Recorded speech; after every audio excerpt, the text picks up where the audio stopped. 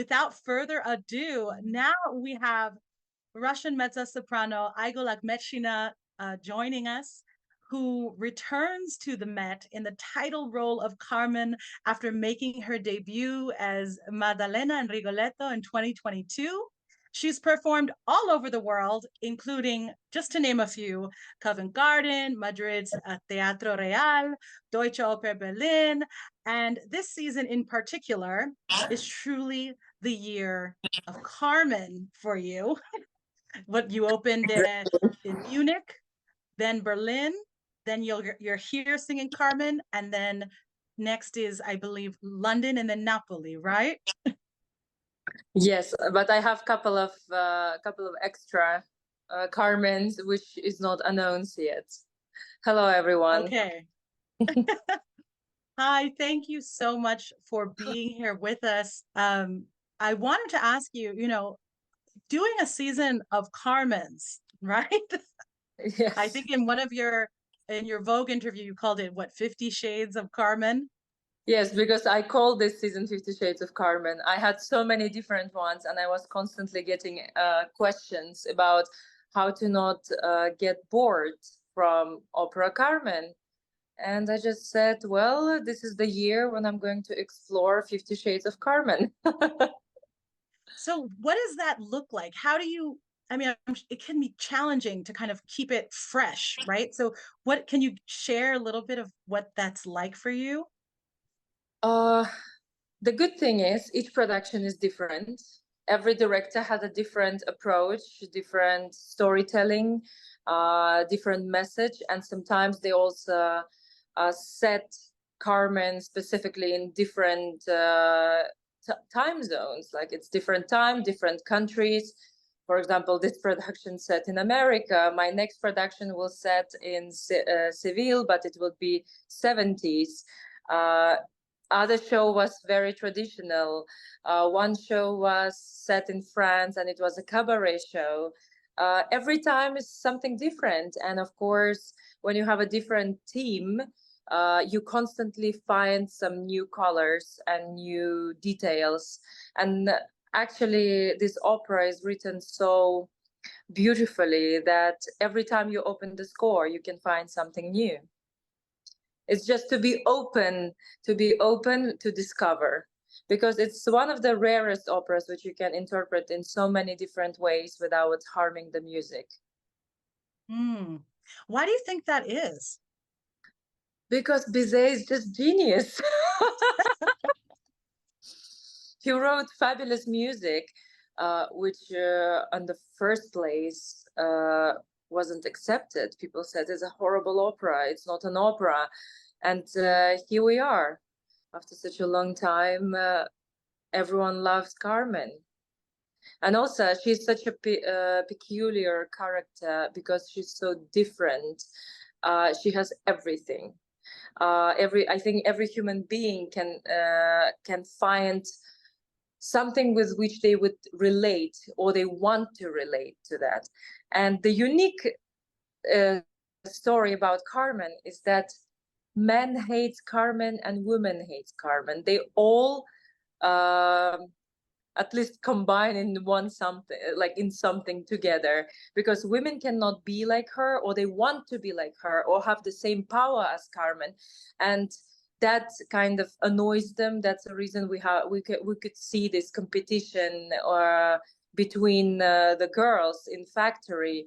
And men hate her because they cannot control her. She's so unpredictable. They cannot even like make her quiet and listen to them and get the attention from her, because she's fearless and she loves her freedom. Is there a part of her that speaks to you more than others, or what is it about her that speaks to you the most, would you say? Oh, wow. She is strong, and I consider myself strong. Also, she is fearless, as I said previously. And I have the same, because I prefer even through fear, to do things, even if I'm afraid to make a step. But rather than sitting on at my comfortable chair, I would prefer to make a step and try, and maybe I will regret afterwards, but it's better to do it and after regret than you will regret that you didn't try. And in that thing, I think we are similar. Also, I consider Carmen as one of the most honest people in this production, because she never lies. She is very honest about her feelings. She is very honest with her speech. She truly believes in her words when she says them. She never promised to anyone around that she will be with them forever. Her first entrance, and she says, maybe I will love you today, maybe tomorrow, maybe never. She's so desperate to live and feel, because she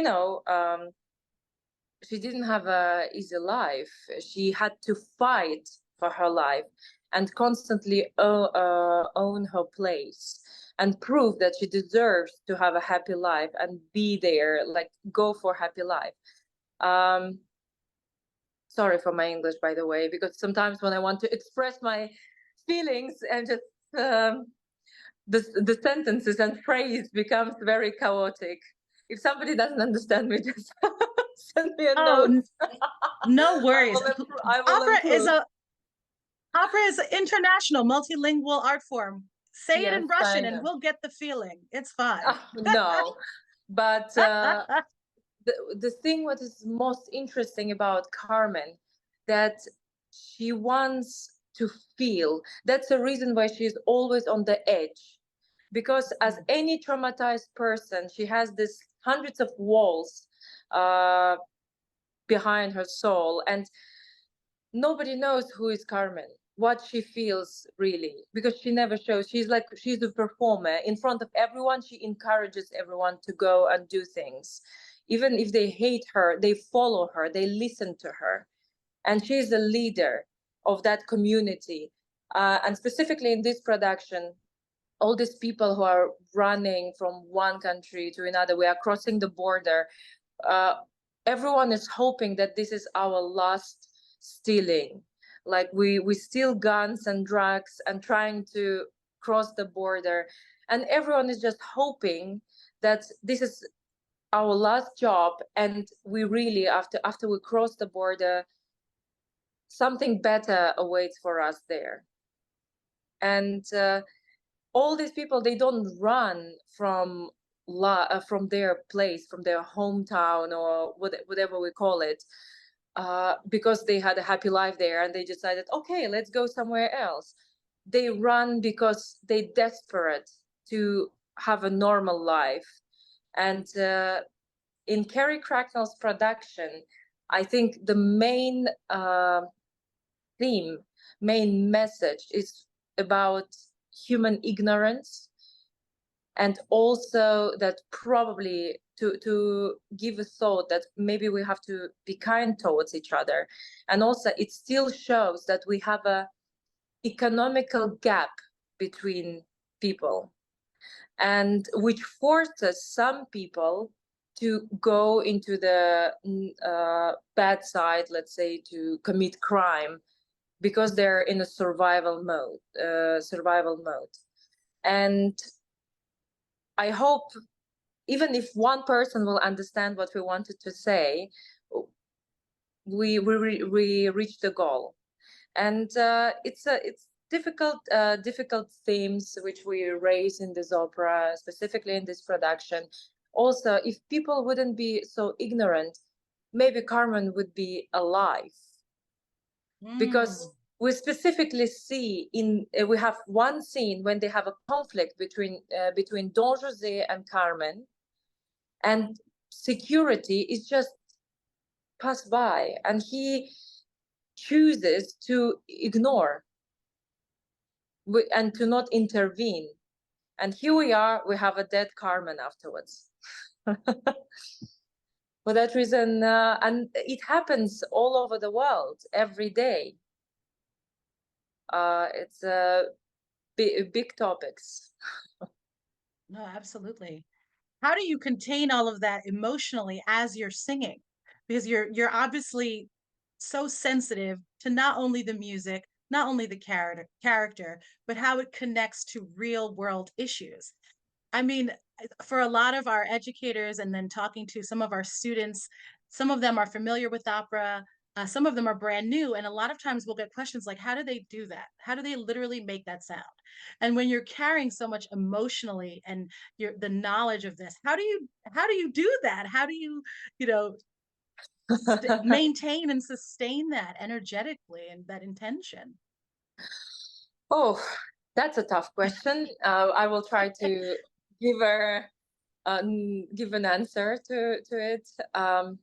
First of all, when I start studying a role or studying a character, or even going back to the same role again and again, but in a different, with a different approach and with different main theme, which we want to deliver to our audience, I need to understand psychology of that specific character, because every time the words will change the meaning. Depends to which period we put this opera, where we set this opera, which circumstances. Are we set in France or we're set in America? You try to fit that specific words which were written in an opera to and related to that time. And I immediately start asking myself how I would do that, or how I would say that specific word when I'm in these specific circumstances. And I need to understand the role first and to find that character inside of myself to be able to sing. If I don't do it, I feel not really honest, and I feel that I don't do my job well. I don't deliver like 100% what I want to. And for that reason, I constantly search. I constantly ask questions for myself. I constantly ask questions to the director about like what she feels, why she does this specific move, why she goes left instead of just running away, why she stands there, what is your thought about it. I need to always understand what is the message and how director sees this specific story, to be able to build something extra and add something different, because of course we don't want to end up with all the cliches and I go left, I go right, here I kiss, because we do this in every opera, and in the end you lose the meaning. For that reason, you need to always add life. And of course, Carmen is one of the rarest stories where you cannot just rehearse and do it everything as you rehearsed. And every time you go on stage, you need to leave. And for example, one of the shows, when I did a show in Munich this season in September, I had such a happy mood, and I was very light, and I was jumping around, dancing around before the show, and the show was light. My first entrance was very flirty, very light. I was jumping around and dancing around, and I was happy to flirt. It was and my message about, oh, love is a bird. I was like a bird and running around the stage. Another time I had to go on stage, but it was a show in Berlin, and apparently I had a kind of very bad news with which I had to go on stage, and I lost one of my I lost my father, and I had to that day go on stage. But because stage for me is also a healing process, is a safe place for me, because I know the rules of stage, and for me it was the best solution, just to go and express everything. And Carmen gives you that opportunity, because first half you go and you express all the wildness, and in the end you can suffer, you can release all the tension. And that day the show was very heavy, But you can do that also, because the first message, it can be very philosophical about, yes, love is a bird. You try to catch it, it will run away. And maybe a bit even with a tiredness. And every time is different. The way, it depends how you feel. You go on stage and, or you lose your colleague, as it happened during the opening night. I had a different colleague stepping in because Piotr was ill, and Raphael saved the show. But it's extra stress. You have to be cautious about every step, because part of it you're going to improvise, which is also good because it helps you to stay alive, to give life to the role. You have to have always 50% what you rehearsed, the proper staging. You have to remember the staging, because stage is a dangerous place, and you have to remember the key points. But at the same time, you need to leave. Carmen's supposed to be unpredictable. And every time, I don't know how it will go. Will I be angry in the end and annoyed by Don José's crying and constantly begging me to stay with him? Or maybe I will still doubt, or I will be just fighting with myself and thinking about, oh, maybe we still have a chance to be together. You know, you can interpret this opera in so many ways, and you can play these roles, because it's all about human feelings and human relationships.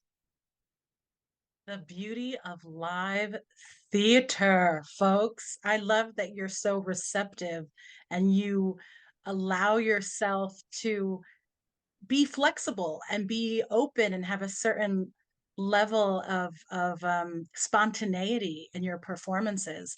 I think that's really refreshing to hear. Well, you should And have that specifically with Carmen, because you cannot rehearse Carmen and say, okay, now I'm going left, now I'm going right, and here we are, I'm going to this guy, I'm flirting with him. Every time I pick a new guy in the first habanera, I'm thinking, okay, today it would be this chorus member. That's fine, let's go for it. And they give me different energy. They some people more like they answer immediately. Some people a bit, oh, okay, Carmen. For that reason, it's a play with everyone. And yeah, theater is alive. yes, thank you so much for sharing that with us, and and also sharing some of the more challenging bits about, the show must go on, and That's navigating life. different, You yeah, know, life it's issues. I think is the best thing which I learned is just life continues in any circumstances. You have to keep going, you have to fight, you have to, because life is not easy. And every time you have some challenge, you cannot feel sorry and stop. Then you waste that time, because time is the most precious thing that we have. And in that case, you just force yourself. And of course, stage helps to do that also. Especially each opera, it's so happy. Usually every time the main character dies or somebody dies, that gives you extra philosophical thoughts that life is too short and you need to to keep going, doesn't matter what. Absolutely. What do you think is one of your strongest motivations to continue to pursue such a career that can be quite challenging, and in beautiful ways as well, right? But what do you think motivates you, that keeps you going, that drives you?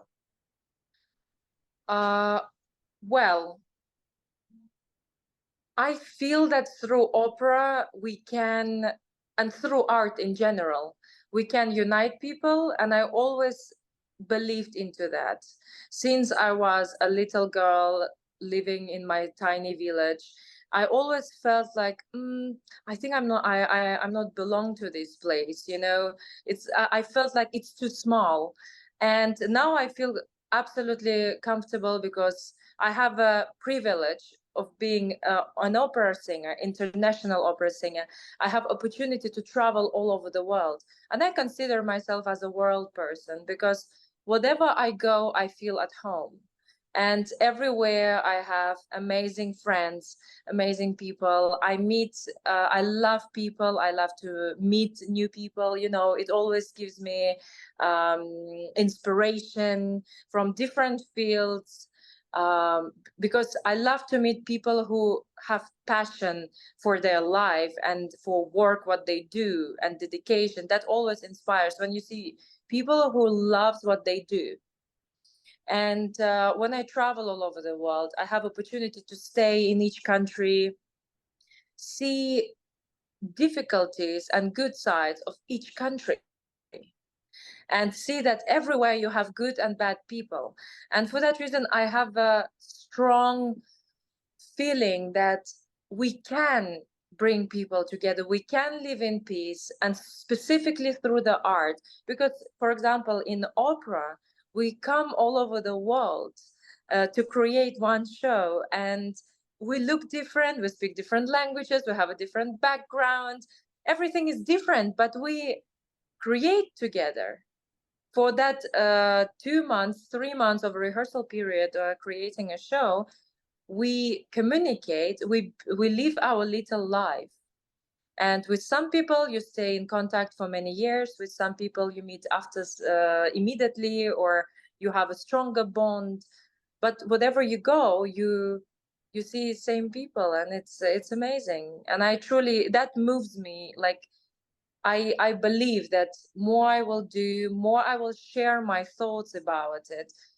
Maybe 1, 2 people will connect, they will have the same ideas.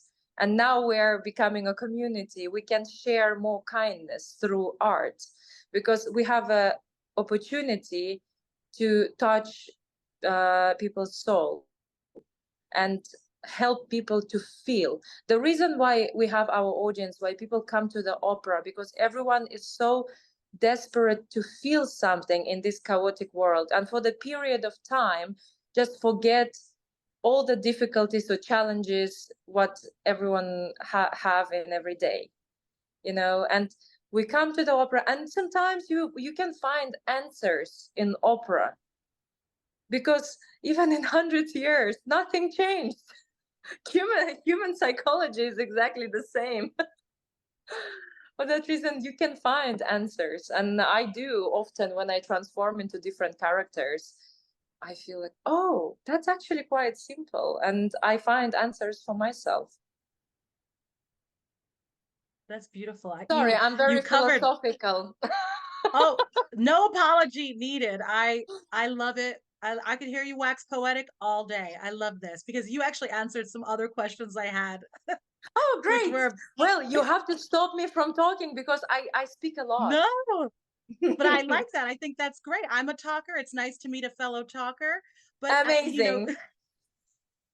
but I love that you touched on community and what that looks like. I'm also curious, what your self-care looks like, traveling the world, having such a challenging schedule. Yes, having beautiful connections with people and making that community, but how do you take care of yourself, physically, mentally throughout these types of processes and rehearsal periods? I wish the goal for 2024 now for me is to take care of myself more, because I feel sometimes this job can be draining. And I recently had a moment when I felt like I burned out for a period of time, because I didn't have break for a couple of years. And knowing the schedule till 2031 adds also extra pressure. And I also feel more people start knowing you, it's extra responsibility.